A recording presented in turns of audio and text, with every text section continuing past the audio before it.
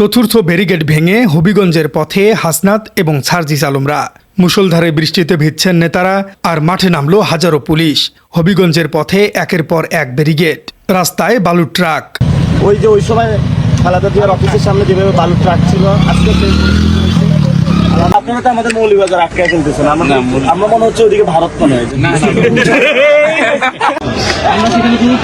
প্রমাণ দিচ্ছে তারা পুলিশকে ব্যবহার করে। আপনাকে ডিটারমাইন্ড আছে এখানে, আপনারা মামলা করবো, মামলা না করে আমরা এখান থেকে সরছি। অনেক ধন্যবাদ। একটা গাড়ি নিয়ে 5 জন যাব, আপনি 5 জনকে অ্যালাউ করবেন না? আপনি এই মুহূর্তে চেষ্টা করতেছে, দাইয়া করতেছে।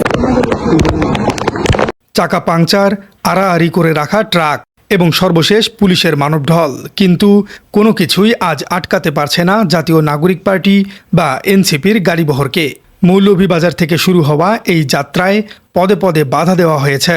পুলিশ প্রশাসন সর্বশক্তি নিয়োগ করেছে তাদের আটকাতে, কিন্তু তরুণ নেতাদের অদম্য সাহসের কাছে আজ হার মানছে প্রশাসনের সব ধরনের বাধা। ইতোমধ্যেই চতুর্থ ব্যারিকেড ভেঙে ফেলেছে তারা। তাদের গন্তব্য এখন হবিগঞ্জ। মুষলধারে বৃষ্টির মধ্যেও মহাসড়কে দাঁড়িয়ে আছেন হাসনাত আব্দুল্লাহ, সার্জিস আলম এবং নাহিদ ইসলামরা। আপনি যদি পারেন সিকিউরিটি দিবেন, যদি না পারেন তাহলে আমরা আমাদের দায়িত্ব নিয়ে আমরা চলে যাব। আপনি বলেন কোন আইনে আপনি আমাকে এখানে বাধা দিচ্ছেন? না, এটা করতেছেন আপনি। এটা আপনি শুনেন, নিরাপত্তা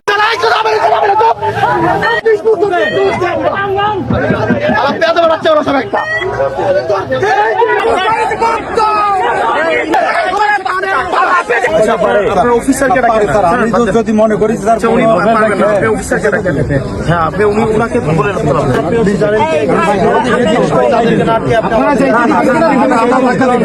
আপনারা আনলফুল কাজ করতেছেন। একটু লাগাই দেন তো ভাই।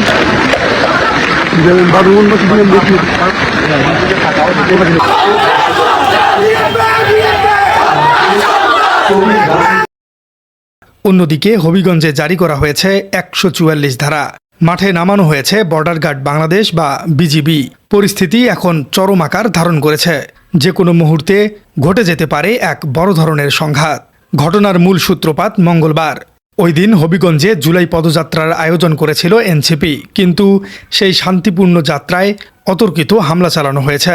এনসিপির নেতাকর্মীদের উপর বৃষ্টির মতো ইটপাটকেল নিক্ষেপ করা হয় এবং গাড়ি ভাঙচুর করা হয়।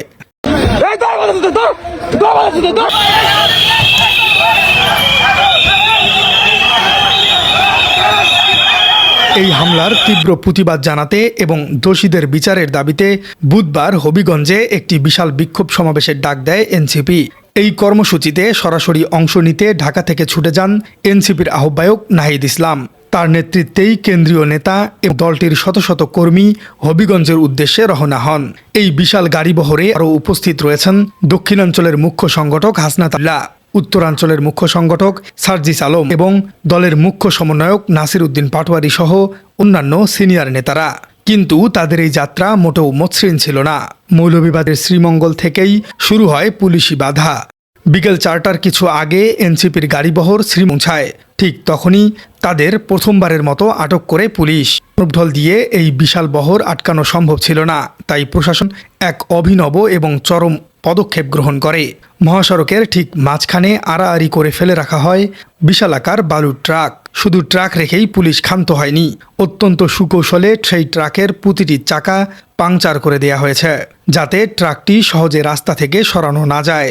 এই বিশাল ব্যারিকেডের সামনে গাড়ি থেকেই দ্রুত নেমে আসেন হাসনাত আব্দুল্লাহ, সার্জিস আলম এবং নাসির উদ্দিন পাটোয়ারি। আইনশৃঙ্খলা রক্ষাকারী বাহিনীর উচ্চপদস্থ কর্মকর্তাদের শুরু হয় তাদের সরাসরি এক তীব্র তরজা।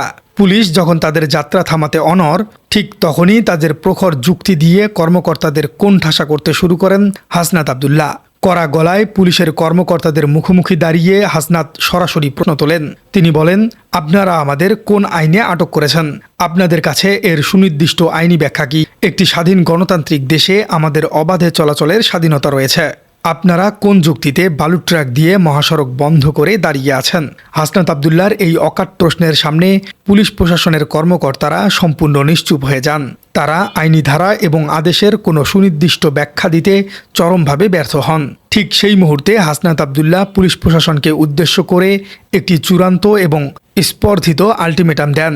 তিনি অত্যন্ত স্পষ্ট ভাষায় বলেন, যদি পারেন তাহলে আমাদের নিরাপত্তা দিন, আর যদি নিরাপত্তা দিতে না পারেন তাহলে আমাদের পথ ছেড়ে দিন। কিন্তু এভাবে বালুর ট্রাক ফেলে মাঝ রাস্তায় আমাদের এক মুহূর্ত আটকে রাখার কোনো অধিকার আপনাদের নেই। হাসনাতের এই ক্ষুরধার যুক্তি আর স্পর্ধিত বক্তব্যের সামনে শেষ পর্যন্ত পরাস্ত হয় উপস্থিত পুলিশ প্রশাসন। কোনো আইনি ভিত্তি না থাকায় পুলিশ তাদের আটকে রাখার যৌক্তিক কারণ দেখাতে পারেনি। দীর্ঘক্ষণ বাকবিতণ্ডা শেষে পুলিশ যখন দাঁড়িয়েই থাকে, ঠিক তখনই নাসিরউদ্দিন পাটোয়ারি এবং সার্জিস আলমের নেতৃত্বে এনসিপির ক্ষুব্ধ নেতাকর্মীরা সোচ্চার হয়ে ওঠেন। পুলিশের বসানো সেই অস্থায়ী ব্যারিকেড জোরপূর্বক ভেঙে গুঁড়িয়ে দেন তারা। রাস্তার উপর পড়ে থাকা পাংচার করা বালুর ট্রাকের পাশ দিয়েই অত্যন্ত সুকৌশলে পথ বের করে নেন তারা। পুলিশের সমস্ত বাধা চুরমার করে দিয়ে এনসিপির সুদীর্ঘ গাড়িবহর আবারও ফুল স্পিডে হবিগঞ্জের উদ্দেশ্যে রওনা হয়। বিকেল 5টা বেজে যায় এই ধস্তাধস্তিতেই। এরপর এনসিপির মুখ্য সমন্বয়ক নাসিরউদ্দিন পাটোয়ারি সংবাদ মাধ্যমের কাছে একটি গুরুত্বপূর্ণ আপডেট দেন। তিনি বলেন, আমরা আমাদের কর্মসূচি পালন করতে হবিগঞ্জ যাবার পথে বিকেল 5টা পর্যন্ত মোট 3 জায়গায় আটকানো হয়েছে। তিনি বাধার ধরনগুলো বিস্তারিতভাবে বর্ণনাও করেছেন। প্রথমে তাদের আটকানো হয় পুলিশ দিয়ে, এরপর রাস্তায় ট্রাক আটকে চাকা পাংচার করে দেয়া হয় এবং সর্বশেষ রাস্তার উপর বিশাল ট্রাক্টর রেখে তাদের পথ রুদ্ধ করে দেয়া হয়। কিন্তু কোনো বাধাই তাদের স্পৃহাকে দমাতে পারেনি। এর কিছুক্ষণ পরেই এনসিপির আহ্বায়ক নাহিদ ইসলাম তার ভেরিফাইড ফেসবুক পেজে একটি স্ট্যাটাস দেন। সেখানে তিনি দেশবাসীকে নিশ্চিত করেন যে তারা সফলভাবে চতুর্থ ব্যারিকেড অতিক্রম করে ফেলেছেন। তারা এখন দ্রুতগতিতে হবিগঞ্জের পথেই রয়েছেন। বিকেল গড়িয়ে তখন সন্ধ্যা নামার পথে। রাস্তার মধ্যেই শুরু হয় তুমুল বৃষ্টিপাত। কিন্তু এনসিপির নেতারা গাড়ির ভেতরে নিরাপদ আশ্রয়ে বসে থাকেননি। তারা গাড়ি থেকে নেমে মুষলধারে বৃষ্টিতে ভিজে মহাসড়কের উপর অবস্থান নেন। অবিরাম বৃষ্টির মধ্যেও তাদের এই অনড় অবস্থান প্রমাণ করে তাদের অদম্য মানসিকতার। তারা হবিগঞ্জে পৌঁছাতে এবং তাদের কর্মীদের উপর হওয়া হামলার বিচার চাইতে বদ্ধপরিকর। এদিকে পুলিশের তরফ থেকে এই ঘটনার কী ব্যাখ্যা দেওয়া হচ্ছে? শ্রীমঙ্গল থানার ইন্সপেক্টর আব্দুর রাজ্জাক গণমাধ্যমের সাথে কথা বলেছেন। তিনি পুরো ঘটনার একটি প্রশাসনিক ব্যাখ্যা দাঁড় করানোর চেষ্টা করেছেন। তিনি বলেন, তাদের নিরাপত্তার কথা চিন্তা করেই মূলত গাড়িবহরটি আটকে দেওয়া হয়েছিল। অর্থাৎ পুলিশ দাবি করছে তারা এনসিপির নেতাদের ভালোর জন্যই এই ব্যারিকেড দিয়েছিলেন। কিন্তু হাসনাত আব্দুল্লাহ বলছেন, যদি সত্যি নিরাপত্তাজনিত কোনো কারণ থাকে তাহলে পুলিশের উচিত তাদেরকে নিরাপত্তা দিয়ে গন্তব্যে পৌঁছে দেওয়া। হবিগঞ্জ শহর এখন রীতিমতো একটি থমথমে এবং অবরুদ্ধ নগরীতে পরিণত হয়েছে। হবিগঞ্জ সদর থানার ভারপ্রাপ্ত কর্মকর্তা বা ওসি সেখানকার সর্বশেষ পরিস্থিতির কথা জানিয়েছেন। তিনি জানান, হবিগঞ্জ পৌর এলাকায় এখন 144 ধারা জারি রয়েছে। যে কোনো ধরনের জমায়েত, মিছিল বা মিটিং সেখানে সম্পূর্ণ নিষিদ্ধ। পরিস্থিতি কড়া নিয়ন্ত্রণে রাখতে সেখানে মাঠে বর্ডার গার্ড বাংলাদেশ এবং বিজিবি মোতায়েন করা হয়েছে। অর্থাৎ পুলিশের পাশাপাশি এখন আধা সামরিক বাহিনীও নামানো হয়েছে। শুধু তাই নয়, আইনশৃঙ্খলা পরিস্থিতি সার্বক্ষণিক মনিটরিং করার জন্য সেখানে নির্বাহী ম্যাজিস্ট্রেটরাও দায়িত্ব পালন করছেন। যে কোনো ধরনের অপ্রীতিকর পরিস্থিতি এড়াতে প্রশাসন এখন সর্বোচ্চ কঠোর অবস্থানে রয়েছে। এই 144 ধারা জারির কারণে এনসিপির একটি পুনর্নির্ধারিত গুরুত্বপূর্ণ কর্মসূচি ভেস্তে গেছে। বিকেল 4:30টায় হবিগঞ্জ সার্কিট হাউজে একটি জরুরি সংবাদ সম্মেলন ডেকেছিল এনসিপি।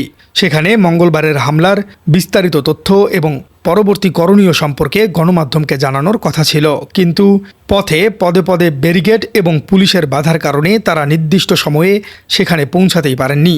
প্রিয় দর্শক, হাসনাত আব্দুল্লাহদের এই পদযাত্রা এবং সেখানে পুলিশের দফায় দফায় আটকানোর চেষ্টা, এই পুরো বিষয়টাকে আপনি কিভাবে দেখছেন কমেন্টে জানিয়ে দিন আপনার মতামত। আর আমাদের